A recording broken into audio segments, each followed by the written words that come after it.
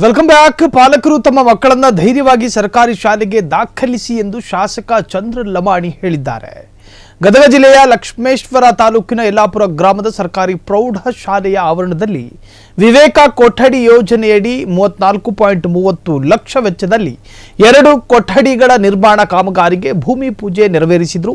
ಬಳಿಕ ಮಾತನಾಡಿದ ಅವರು, ಯಾವುದೇ ಖಾಸಗಿ ಶಾಲೆಗಳಿಗೆ ಕಡಿಮೆ ಇಲ್ಲದಂತೆ ಸರ್ಕಾರಿ ಶಾಲೆಗಳನ್ನು ಹಂತ ಹಂತವಾಗಿ ಅಭಿವೃದ್ಧಿಪಡಿಸಲಾಗುತ್ತಿದೆ. ಪಾಲಕರು ತಮ್ಮ ಮಕ್ಕಳನ್ನ ಅತಿ ಧೈರ್ಯವಾಗಿ ಸರ್ಕಾರಿ ಶಾಲೆಗಳಿಗೆ ದಾಖಲಿಸಿ ಎಂದು ಕರೆ ನೀಡಿದರು. ಸರ್ಕಾರಿ ಶಾಲೆಗಳಲ್ಲಿ ಮಕ್ಕಳ ಸಂಖ್ಯೆ ಹೆಚ್ಚಳ ಆಗಬೇಕು ಮತ್ತು ಶಿಕ್ಷಣದ ಗುಣಮಟ್ಟ ಹೆಚ್ಚಿಸಬೇಕಾದರೆ ಸೌಲಭ್ಯ ಕಲ್ಪಿಸುವುದು ಮುಖ್ಯ ಎಂದು ಅಭಿಪ್ರಾಯವನ್ನು ವ್ಯಕ್ತಪಡಿಸಿದ್ದಾರೆ.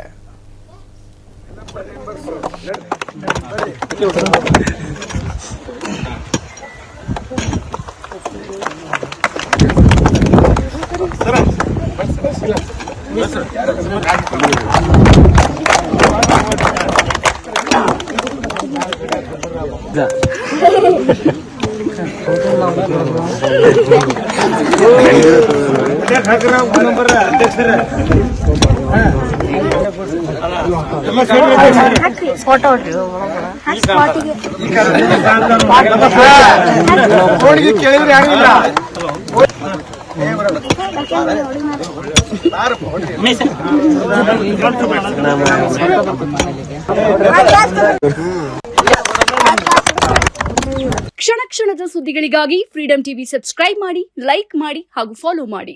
ಹೊಸ ಸುದ್ದಿಗಳ ನೋಟಿಫಿಕೇಶನ್ಗಾಗಿ ಬೆಲ್ ಐಕಾನ್ ಮೇಲೆ ಕ್ಲಿಕ್ ಮಾಡಿ.